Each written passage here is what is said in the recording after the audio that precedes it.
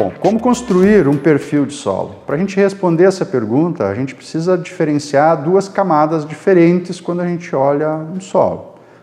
Uma das camadas pode ser a camada diagnóstica usada para a amostragem de solo dentro do sistema de recomendação de calagem e adubação. Essa camada diagnóstica ela é fixa, ela é definida pelo sistema. E nós vamos amostrar, por exemplo, 0 a 20 centímetros em um sistema de preparo convencional de solo, que é a camada mobilizada pelas operações de preparo. E nós vamos amostrar de 0 a 10 centímetros, 10 a 20 centímetros, para fazer, então, o diagnóstico em lavouras em sistema plantio direto. É diferente da camada de exploração do sistema radicular, que as plantas exercem, então, para obter água e nutrientes no solo.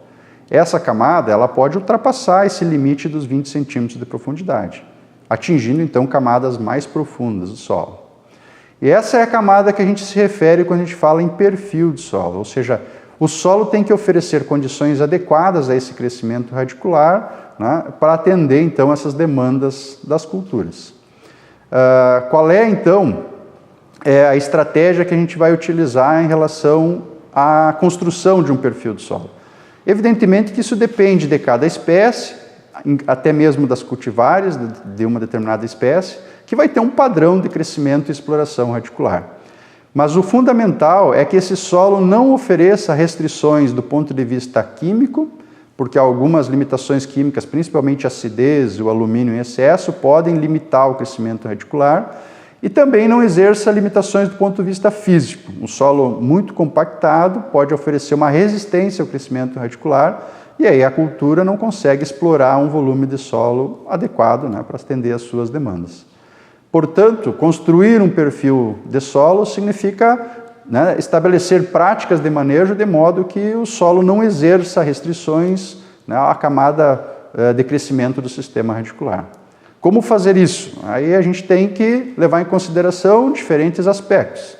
O primeiro deles, né, se quem vai iniciar um sistema plantio direto, né, é importante preparar e condicionar o solo com corretivo, né, corretivo de acidez, corretivo de nutrientes, o mais profundo possível, né, preferencialmente até 20 ou um pouco mais centímetros de profundidade. Isso vai garantir, então, esse ambiente adequado do ponto de vista químico para as culturas. A outra é evitar pressões no solo que sejam indesejáveis. Cuidar, por exemplo, né, o pisoteio de animais em períodos de muita umidade do solo, o tráfego de máquinas sobre a superfície do solo também em condições de excesso de umidade, ou mesmo uma carga de máquina muito acima da capacidade do solo resistir. Outras estratégias, depois que o sistema é estabelecido, né, podem ser, inclusive, a rotação de culturas, de maneira que a própria ação de diferentes tipos de sistema radicular de plantas possa melhorar a condição do solo. Então, algumas culturas conseguem modificar características do solo pela ação do seu sistema radicular.